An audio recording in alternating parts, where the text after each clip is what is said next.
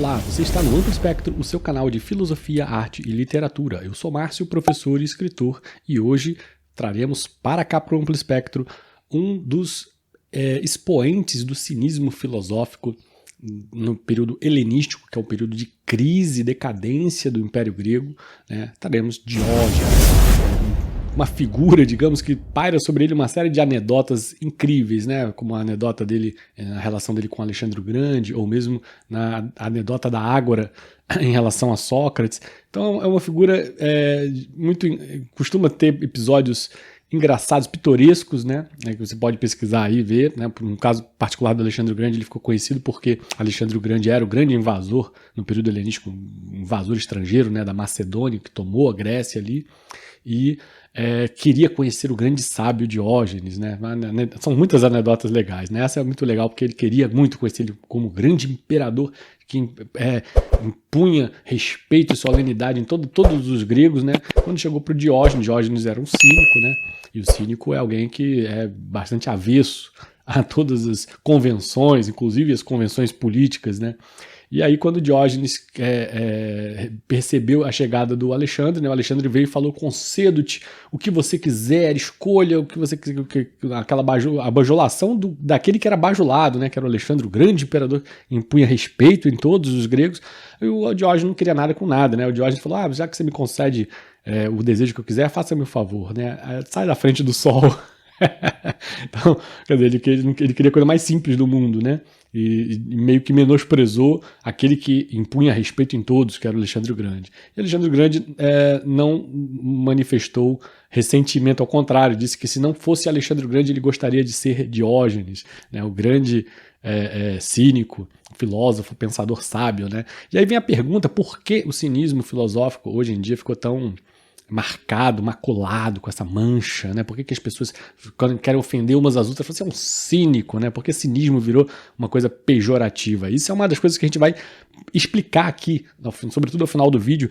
Aqui, antes disso, vamos falar sobre a estrutura, né, do vídeo. Nós fazemos uma estrutura que basicamente, a gente fala 5 tópicos do vídeo, de forma resumida, breve, o que você precisa saber de Diógenes. Em seguida, a gente sugere 3 questões de múltipla escolha, só para termos de fixação. Aí a gente vai para o conteúdo propriamente dito. Depois do conteúdo eu te dou os gabaritos e por fim eu falo a referência bibliográfica. Nesse vídeo em particular ainda vou acrescentar algumas coisinhas aí do Diógenes explicando essa questão do cinismo, né, filosófico. Por que há essa questão pejorativa em relação ao cínico, né? Bom, vamos ver aqui, mas antes de começar o vídeo propriamente, fica o convite para que você conheça lá os meus cursos na Hotmart. A gente tem, por enquanto, já quase terminando aí 2 cursos produzidos, um do Friedrich Nietzsche, O Nascimento da Tragédia, onde você vai compreender primeiro a ótica nietzschiana da realidade, que ele divide o mundo em forças, né, opostas, opositoras, o apolíneo e o dionisíaco, e como isso tem a ver com o que a gente está vendo agora nesse vídeo do Diógenes, né, e ao mesmo tempo vai explicar a origem da arte na Grécia, sua força, seu expoente mais rico, que é a tragédia, né, os tragediógrafos, os grandes tragediógrafos, Ésquilo, Sófocles, Eurípides. Então, um curso fascinante, imperdível, você não pode deixar de assistir, tá disponibilizado lá na Hotmart. Segundo, o Freud, né? Freud vendo a questão do Moisés e o monoteísmo, esse choque de culturas entre os hebreus e os egípcios, com uma proposta inusitadíssima, fantástica, que o Freud dá para as origens e os primórdios do monoteísmo, que tem, digamos assim, estruturado todo o pensamento ocidental até os dias de hoje. Então são 2 obras, além de fascinantes, que explicam demais e modificam demais a sua forma de enxergar a realidade que te cerca hoje, né?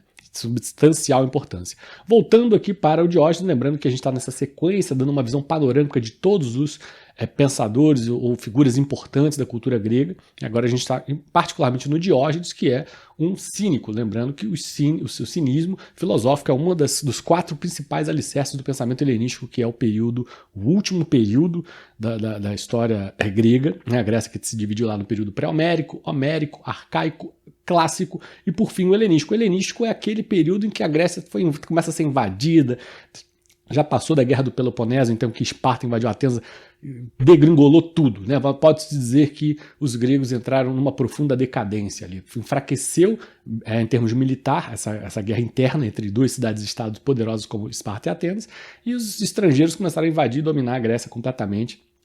Primeiro os macedônios, depois os persas e, por fim, os gregos, né? Enfim, a Grécia estava perdida, já era um caso perdido, e a filosofia produzida nessa época reproduziu isso, uma espécie de desapego à realidade exterior e uma concentração numa vida simples, né? Sobretudo o cinismo vai ser muito essa questão da vida simples. Vamos lá para falar do Diógenes. O certo seria começar com Antístenes, né? Que foi aí o pai do cinismo. Mas tudo bem, vamos começar. O Diógenes foi o seu principal expoente, né?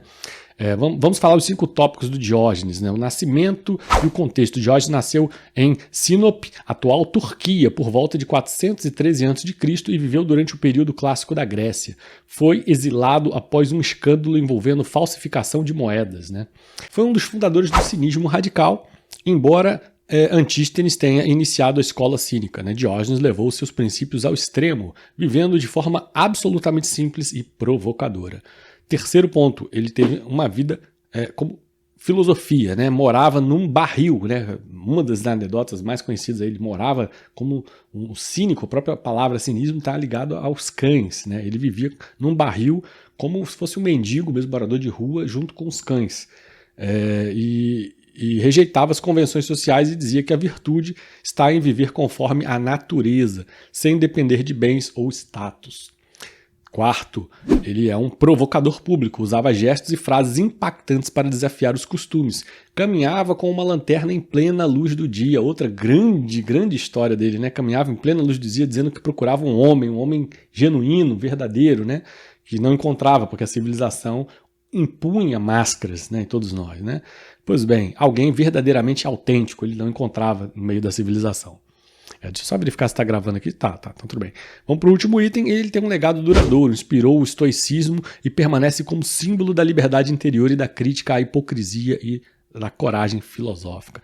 Vamos então para as 3 questões de múltipla escolha, que é a primeira delas. Qual era o objetivo da vida filosófica de Diógenes? Letra A, acumular sabedoria por meio da leitura? Letra B, viver conforme a natureza e com a autossuficiência? Letra C, tornar-se influente na política ateniense? Ou letra D, fundar uma escola de retórica? Vamos para a segunda questão. Qual foi a resposta de Diógenes a Alexandre o Grande quando este lhe ofereceu qualquer coisa? Letra A, quero ouro e glória? Letra B, ensina-me a conquistar o mundo? Letra C, saia da frente do meu sol? Ou letra D, desejo ser seu conselheiro? Né? E por fim, a terceira e última questão, o que simboliza a lanterna de Diógenes carregada durante o dia? Letra A busca por riqueza escondida? Letra B, a procura por um homem verdadeiramente virtuoso? Letra C, um ritual religioso de purificação? Ou letra D, a iluminação divina dos filósofos? Bom, vamos então agora para o conteúdo propriamente dito. Diógenes de Sinope foi um dos filósofos mais excêntricos e radicais da Grécia Antiga, nascido por volta de 413 a.C., foi exilado de sua cidade natal após um escândalo envolvendo falsificação de moedas, o que já revela seu desprezo pelas convenções sociais. Refugiou-se em Atenas, onde se tornou discípulo de Antístenes, fundador da escola cínica. Mas foi Diógenes quem levou o cinismo ao extremo. Ele acreditava que a felicidade e a virtude só poderiam ser alcançadas por meio da autossuficiência, da rejeição aos desejos artificiais e da vida em conformidade com a natureza. Eu grifo aqui 2 coisas, né? A rejeição aos desejos artificiais. Por que eu grifo isso? Porque a civilização é um artifício do homem.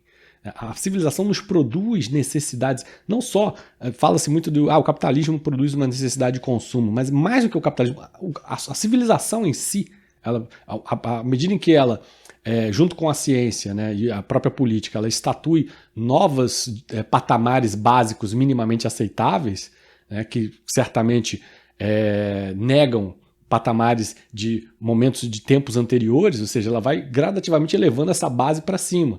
Ela vai incluindo novos desejos artificiais e a política incluindo novos direitos artificiais, né? Então, a civilização vai fazendo isso e o cínico é alguém que vê isso com ceticismo, né? E até com ruptura, no caso do Diógenes. E em conformidade com a natureza. Por quê? Porque à medida em que a gente vai se civilizando, a gente vai se afastando de tudo o que é natural. E, portanto, por isso mesmo vai criando cada vez mais máscara. Nossa máscara vai engrossando de espessura, porque a gente vai precisando se conformar a modelos, né, a padrões, estereótipos, para poder viver uma vida em sociedade minimamente aceitável. Então ele morava num barril, comia o que encontrava e não se envergonhava de satisfazer suas necessidades em público. Tudo para mostrar que a vergonha é fruto da convenção e não da razão. Sua filosofia era performática. Diógenes não escrevia tratados, ele vivia a sua filosofia. Então, se você quisesse conhecer a filosofia de Diógenes, você tinha que testemunhar como ele vivia. No máximo você vai ter, obviamente, relatos, né? Correlatos de outros pensadores que escreveram sobre ele. Um dos episódios mais famosos é seu encontro com Alexandre o Grande, quando o conquistador lhe perguntou o que desejava. Bom, isso aí já foi contado, né? Outro episódio muito legal é o de Sócrates, né? Porque dali vem muito a ideia nominalista. Sócrates que trouxe um conceito, uma definição racional, o homem como um bípede pensante, né? E um bípede andante, né? Sem penas, né? Um bípede sem penas. E o Diógenes, no dia seguinte, ele chegou na água e tacou um peru, um frango depenado e diz: eis o homem, né? Zoando da cara do Sócrates. Todo mundo caiu da gargalhada na cara do Sócrates, porque ali mostrava que a realidade é muito mais complexa do que as ideias racionais podem querer com a sua pretensão de criar conceitos. São generalizações, têm sua validade, mas são generalizações que até certo ponto permitem, obviamente, algum nível de troça, algum nível porque possui fissuras, né? Enfim. Outro gesto célebre foi andar pelas ruas de Atenas com uma lanterna acesa em pleno dia, dizendo que procurava um homem, alguém que verdadeiramente era autêntico, livre das máscaras sociais. Por sua vida provocadora, foi apelidado de Ocão, e esse nome deu origem ao termo cinismo, derivado... A palavra em grego é terrível, tem muito... Quininos, né? Quinikos, né? Que significa canino em grego. Diógenes morreu em Corinto por volta de 323 a.C. e sua lápide celebrava sua coragem filosófica e sua lição de autossuficiência. Embora não tenha deixado obras escritas, seu legado foi preservado por autores como o Diógenes Laerte, né, que escreveu sobre muitos pensadores, e influenciou profundamente o estoicismo e a escola social moderna. Se você pensar em pessoas que receberam influência, por exemplo, você estaria o Henri David Thoreau, né? O Henry David Thoreau, ou Henri David Thoreau, que não é propriamente um cínico no nível do Diógenes, mas é alguém que certamente oferece uma série de resistências à civilização na obra A Vida nos Bosques. É perfeitamente cabível você pensar ali no Diógenes, né? Tem resenha aqui no canal, recomendo. Vamos então para o gabarito aqui das questões, né? Qual era o objetivo da filosofia de Diógenes, né? A resposta: viver conforme a natureza e com a autossuficiência. Sim, a autossuficiência está diretamente ligado a um despojamento das necessidades que a civilização inculca e incute nas pessoas, né? Cria-se um novo avanço científico, um novo patamar, normalmente já vira se você não tiver, você tá para trás, você fica para trás. Pois é, a autossuficiência é você dizer: não faço questão disso. Por isso que lembra muito o Thoreau também, né? Questão 2. Qual foi a resposta de Diógenes a Alexandre o Grande quando este lhe ofereceu o que ele desejasse, né? Caia da frente do meu sol, né? Era o desejo dele, era bem simples, né? Ele estava diante de um homem que poderia lhe conceder o que ele quisesse, e o que ele queria era bem simples, era só ele não fazer sombra. Vamos para a terceira questão. O que simboliza a lanterna de Diógenes carregada durante o dia? A procura por um homem verdadeiramente virtuoso. Em condições de civilização isso é muito difícil porque, eu volto a dizer, a homogeneidade que a civilização demanda acarreta que todo mundo perca a sua própria natureza, ou esconda a sua própria natureza, e se cria aí a chamada necessária hipocrisia para a vida em sociedade. Bom, antes de a gente vir aqui sugerir as obras, né, oferecer aqui as referências bibliográficas, fica o convite para você conhecer a R4 Informática, que é a parceira do Google na implementação do Google Workspace, essa plataforma digital que oferece um conjunto de serviços que vai alçar a sua empresa a um patamar de profissionalismo e excelência. Então, você vai ter tipos de produtos digitais que vão poder fazer com que você trabalhe, opere melhor, satisfaça melhor o seu cliente na ponta final e, ao mesmo tempo, tenha uma gestão muito mais eficiente na sua logística, dos seus recursos humanos. Convido você a clicar aqui no site que está disponibilizado no campo de descrição e ver o portfólio de produtos da R4 Informática e ver que a sua empresa pode melhorar muito. Tem muito campo para trabalhar e melhorar. Por fim, fica aqui, então, as referências bibliográficas e, ao final mesmo, eu vou falar aqui um pouquinho sobre por que o cinismo é digamos, ficou mal visto, né, nos nossos tempos. Bom, pois bem, as referências que a gente tem aqui, primeiro livro, lembrando que todos eles, vou, na medida do possível, vou ver se consigo resolver esse problema, né, que eu estou com a Amazon associados, fica o link disponibilizado aqui para, se você eventualmente comprar com o nosso link de associado, e assim você contribui com o nosso canal, a gente adquire uma comissão, sem que isso represente nenhum ônus a mais para você. E você vai ter uma obra de primeira grandeza para poder aprofundar o seu conhecimento sobre os filósofos aqui citados. A primeira obra, Vidas e Doutrinas dos Filósofos Ilustres de Diógenes Laércio, né? Que é aí um dos grandes escritores que reproduziram vidas daquela época, né, dos gregos. Né? Diógenes, o Cínico, segunda obra, com fragmentos e testemunhos, organizado por Jean Brum. Né? O terceiro livro, Diógenes de Sinope, o cão que latia verdades, de Gabriel Gazinelli. O quarto livro, O Cínico, a filosofia de Diógenes, de Rafael Sâncio, olha só, do Rafael. Mas aí não é o Rafael Sâncio, não, Rafael Sâncio Araújo dos Santos, né? Pensei até que, bom, enfim. Vamos para o último livro, A Filosofia dos Cínicos, de Luiz Enávia. Luiz Enávia é até conhecido esse autor. Então você tem essas possibilidades de conhecer, aprofundar na filosofia de Diógenes. A mais célebre dessas obras, sem dúvida, é a primeira, que é do Diógenes Laércio. E, enfim, vamos agora para explicar por que, né, o cinismo, enfim, carrega essa peste, essa mácula. Então, as pessoas hoje querem ofender as outras, chamam ela de cínica, né, como se fosse uma coisa necessariamente pejorativa.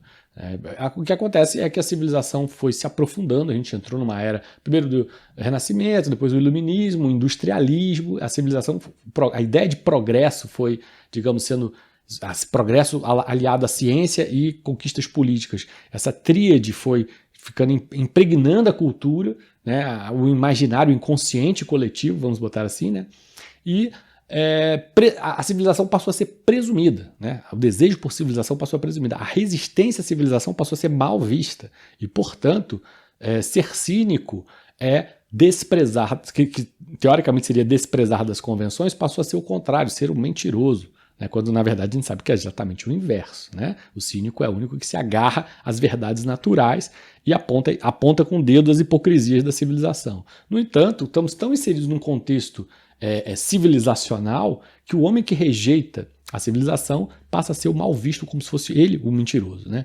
Está explicado aí por que o cinismo. E sem dúvida, você vai entender muito mais profundamente isso quando fizer o nosso curso de Friedrich Nietzsche, onde ele vai fazer essa divisão do apolíneo dionisíaco. Isso aí fica muito mais claro e profundo o porquê, né? Tanto nihilistas quanto cínicos são mal vistos em contexto civilizacional.